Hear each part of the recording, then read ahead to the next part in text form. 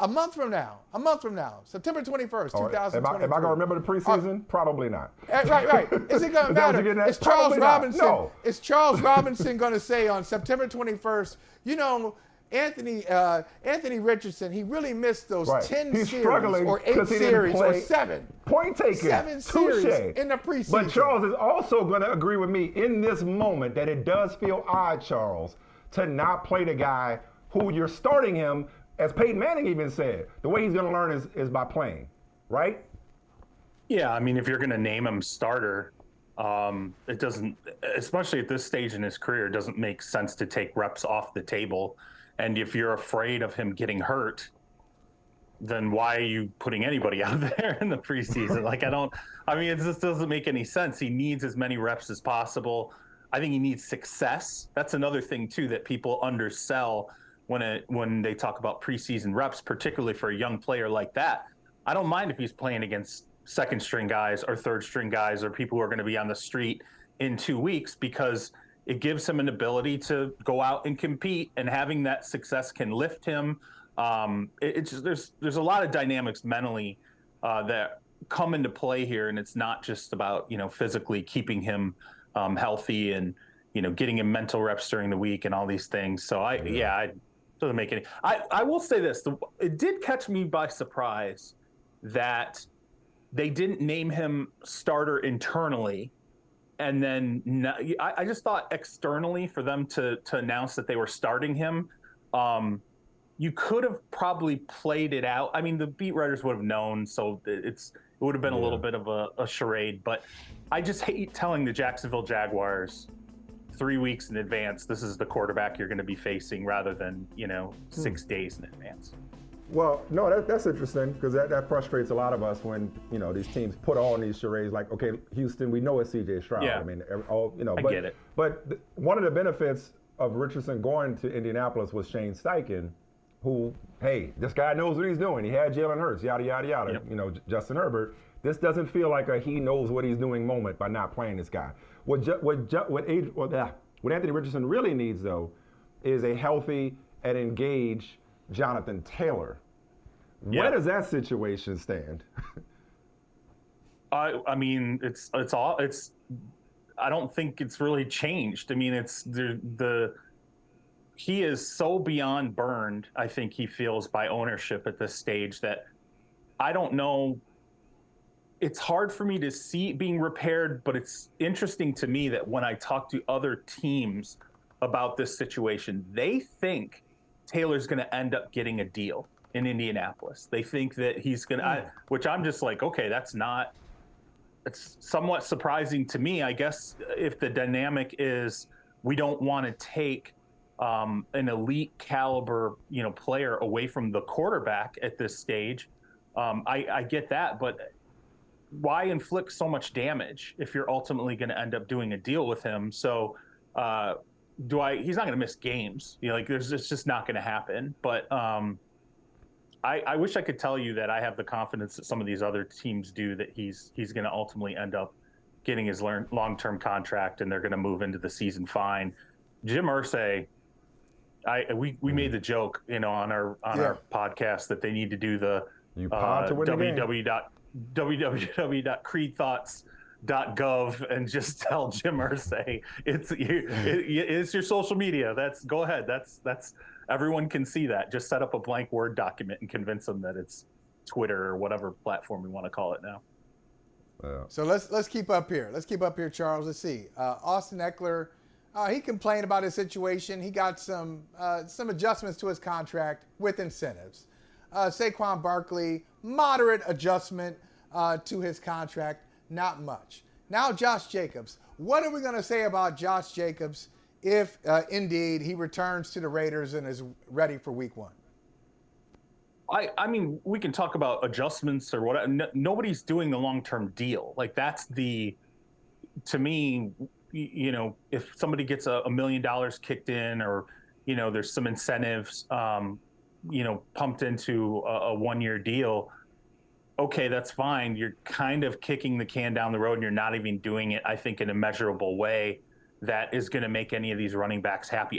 One of the things I thought was really interesting when I was in Jets camp, Dalvin Cook You know, he was talking about this threat that all the running backs are on, and like the question was put to him, like, who's on it? And he basically insinuated that it was like all the starters in the league are on this messaging thread together.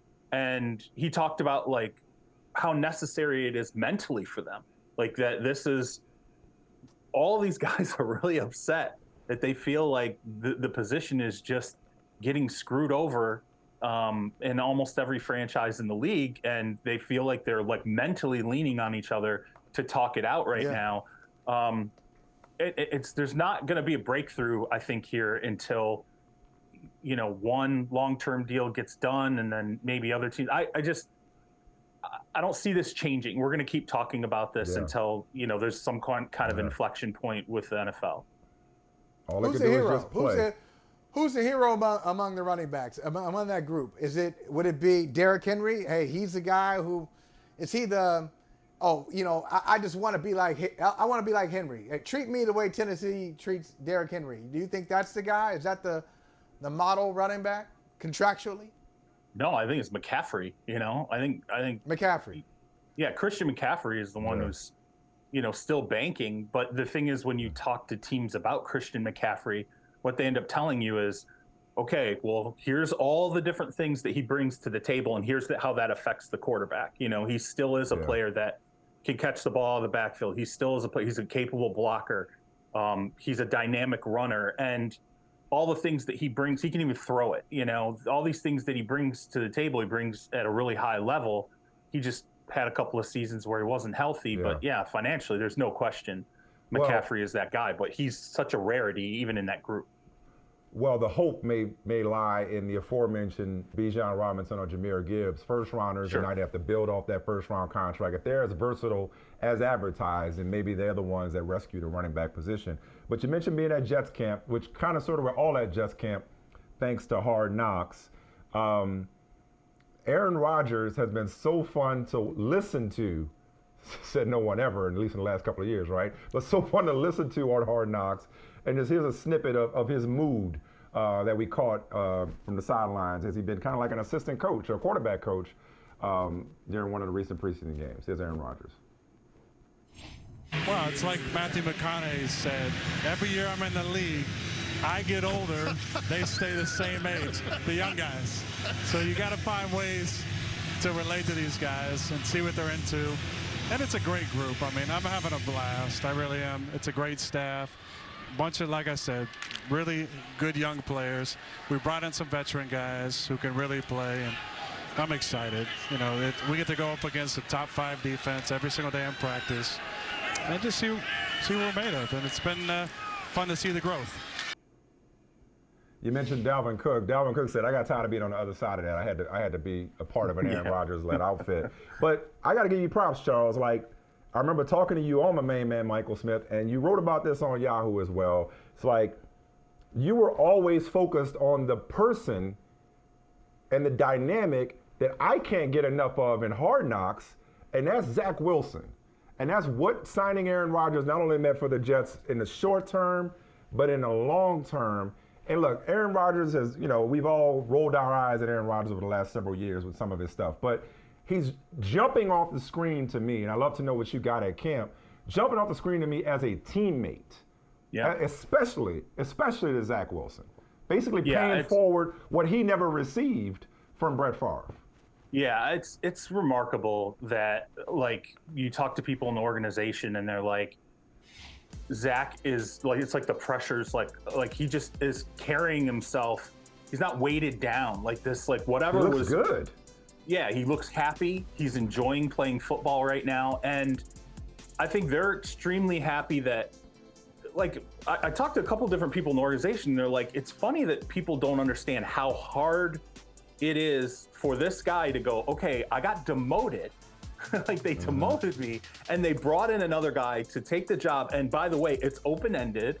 Like, Rodgers will play 1 year or 2 years or whatever. They don't know. If Rodgers wants to play 5 years, they're going to keep him 5 years. And they didn't really know how Zach Wilson was ultimately going to handle that. And they're like, actually, he's handled it wonderfully. Like, he really does look up to Aaron in a way. It's like it's his big brother, and their relationship, the way that they talk to each other, the way they joke around. And then, they're like, we can see in the practice, the film that we're watching, two things are happening. Number one, Zach is rebounding, and he wasn't doing that before. So if he has a bad series in practice, he'll come back out and he'll rebound from that. If he has a bad day in practice, he'll come back out and he'll have a better day the next day. And they think some of that resiliency is just kind of having Rodgers as a soundboard. And then number two, they're like, skill-wise, you can see some of the things that Aaron is showing him in practice. You're actually seeing it start to show up on tape or in games. And I think everything that they hoped for from a Zach Wilson standpoint so far has come to fruition. Now, it's not perfect. Yep. He still will sail balls. He'll still make, some bad decisions. But their biggest thing is, like, they see the growth from a rebound standpoint, mentally, him able to not just go into a hole. Now he goes into a hole, he comes right back out of it. And like, to them, they're like, that's why they think Robert Saleh says this guy's going to start for a long time in the league. That's one of those things that he sees that tells him he's going to make it. They're letting him develop. They're giving him an opportunity to develop. And every quarterback's development isn't linear. Wilson was Mike's boy coming out of the 21 class. We talked about the 21 class. I'm still with him. Still is.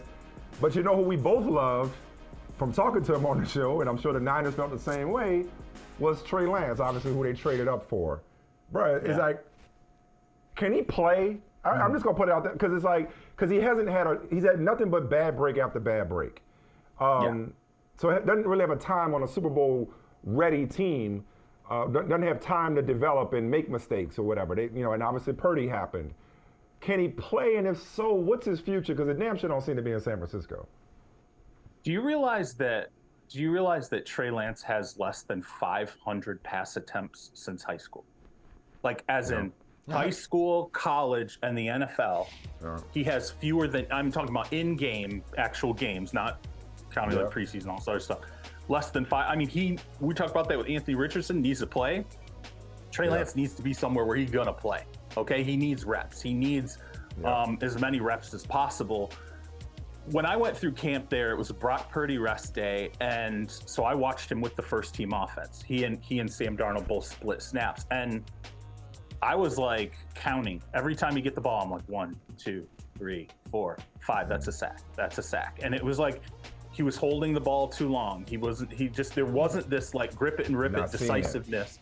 And then he went out against the Raiders, and I saw I'm like, that is exactly what I saw in practice. Now, he carries it to the field, and they won't say it publicly, but I know that there's concern the later in the rep that it gets. So he gets the ball, the longer he holds that ball, I think they think it's not panic, but there's like an anxiety buildup where you'll watch him at the end of a rep start to kind of freak out, like, I got to get rid of this ball. What am I doing? And then he'll make a mistake. He just needs, I think he needs reps. I think he ultimately will need a fresh start from San Francisco, and he needs to go somewhere where they can just kind of reboot it. It's unfortunate because he kind of needs what Zach Wilson's getting in New York. What Zach Wilson's getting. Trey Lance kind of needs that. And talent's there, though. He's got talent. It's not that. That's not a question. Yeah. Yeah, this is. Listen, we're all married, man. So let's just make this a relationship thing. Let's ask some uncomfortable questions. So if Trey Lance is sitting down with his spouse, the 49ers, and he says to his spouse, "Do you regret marrying me?" What would the spouse say? Okay, that's one. And then two, Michael Smith did ask you a question. He asked you a question. Can he play? If you had to, would you pound the table for him? Would you take that 45's hat off, throw it down, be like, yeah, I'm in for Trey Lance. He can play. Maybe not here. He can play. So there's two questions. Does the spouse regret the marriage, which means the marriage is over? And two, can he play somewhere else? I don't think the spouse even asks the question in this situation because I think he knows the answer. He's seen the answer. Right. The last pick in the draft, they've moved on. Been pretty good, has taken that spot. And not only that, did they move on, but they went and got another guy who can be a capable backup. I mean, he's the third string quarterback in San Francisco right now. So the divorce is it's over. You're staying in separate bedrooms. You're like, it's now it feels like it's just a matter of time. Can he change that? That leans into, Michael's question about can he play? No, right now, no, I don't think so. I don't think I don't think he can go out and play games and win.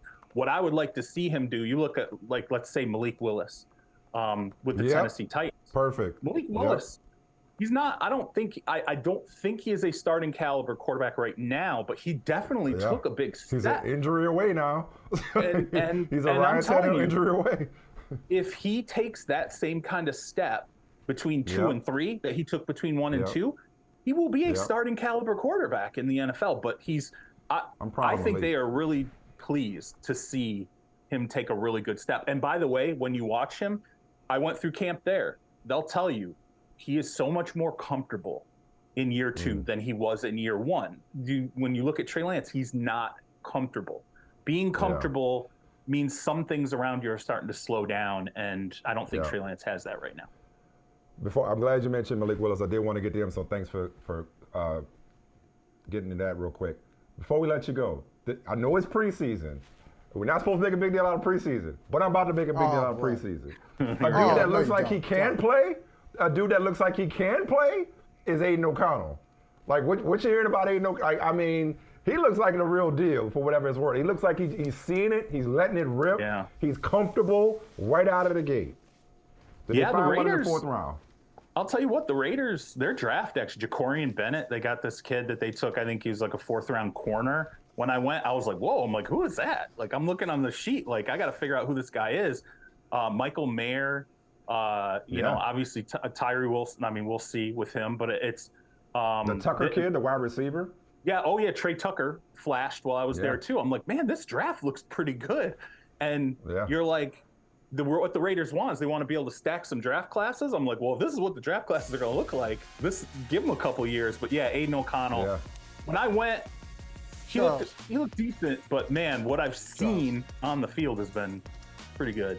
Hey, thank you for watching Brother from Another. If you haven't hit that subscribe button, go ahead and do that now. Don't forget you can catch us 3 to 4 weekdays on PeacockTV.com and on Sirius XM Channel 85.